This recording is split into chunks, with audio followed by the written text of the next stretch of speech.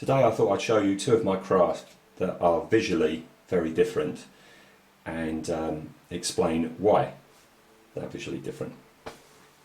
First of all, we're going to go with this fella, which I call my Victorian lunar lander, and it's the plainest of the two builds, and that really is because the main bulk of it kind of dictated to me how much detail was to go on.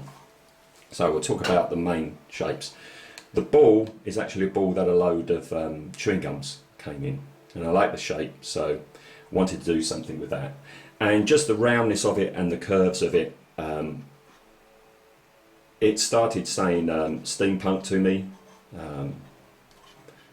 Victorian technology to me. So I thought, right, okay, I'm going to make a Victorian lunar lander, with this being the cabin. So with that decided upon, I had to have some sort of like landing legs and engine area.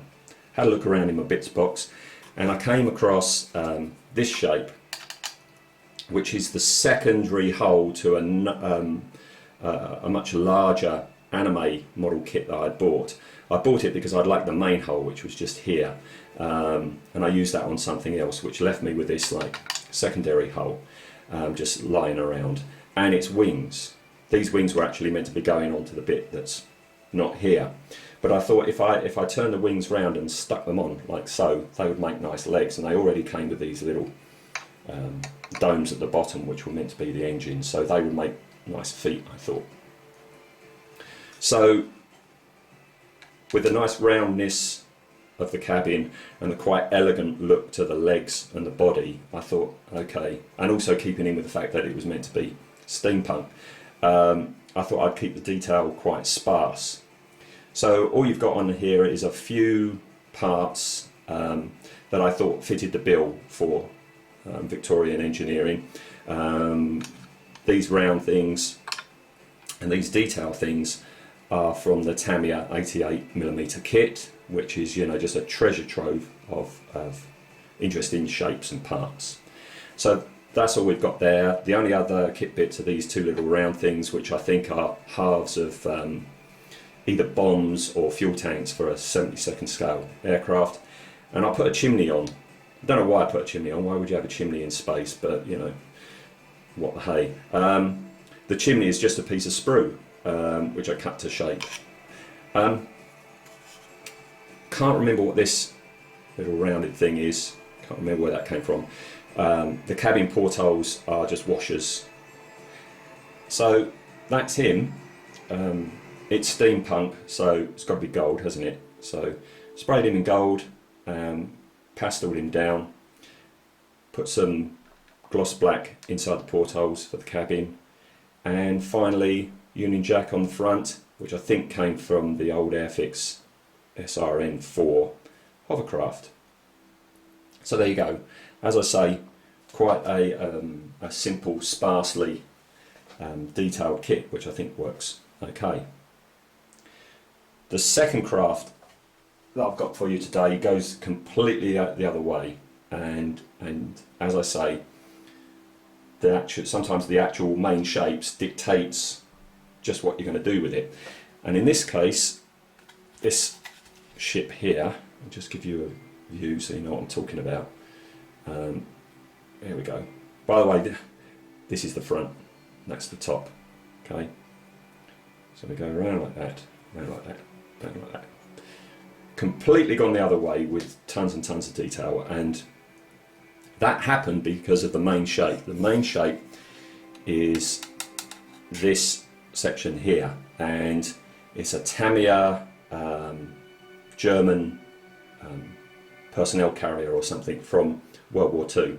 I'd already bought it because I needed parts of it for some studio scale model that I was doing, and it left me with this really nice main hull shape, which I really liked the hard edges and the angles on.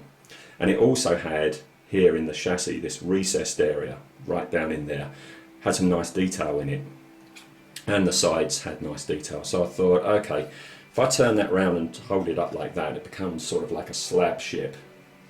Okay, so I set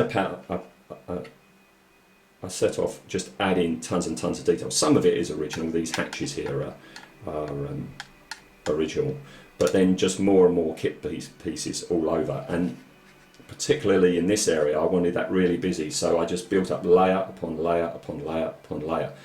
Some of the layers were covering up the layers, but I didn't care. I just, you know, if you just got a hint of more, I don't know if you can see in there, but really built that up. And I capped it off with this rounded shape, which is off of a Macross kit. It was just in the bits box. But I thought these slots here would be in scale for cockpit windows. So that's that. Next to it, you've got this section, which is from the Revel space station kit. And again, loads and loads of detail put over it. Most of it military. A lot of it from that 88mm kit. And behind it, this is the rear section of the Star Wars Virago kit, again covered with tons and tons of detail, broken up here and there with rounded shapes just to break up the hard lines, and a couple of X-Wing fighter engines on the back. So with all that amount of detail on it and the shape of it, particularly if you hold it at an angle like that, it was like saying Aliens to me or Star Wars, so had to go greys, didn't I? So this is Halford's grey primer, dry brushed with lighter greys, washed with black and some rust in there as well. Some identifying bands picked out in yellow just for a nice bit of contrast, and I've stippled metallics over the top of that just to break the yellow up and make it look really used. And then some number decals, can't remember if they're military or Mac. And that's him done.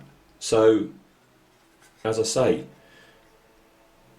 I find very often the main shape of a build actually dictates where you go with it. So this one, really detailed to begin with, so build on that.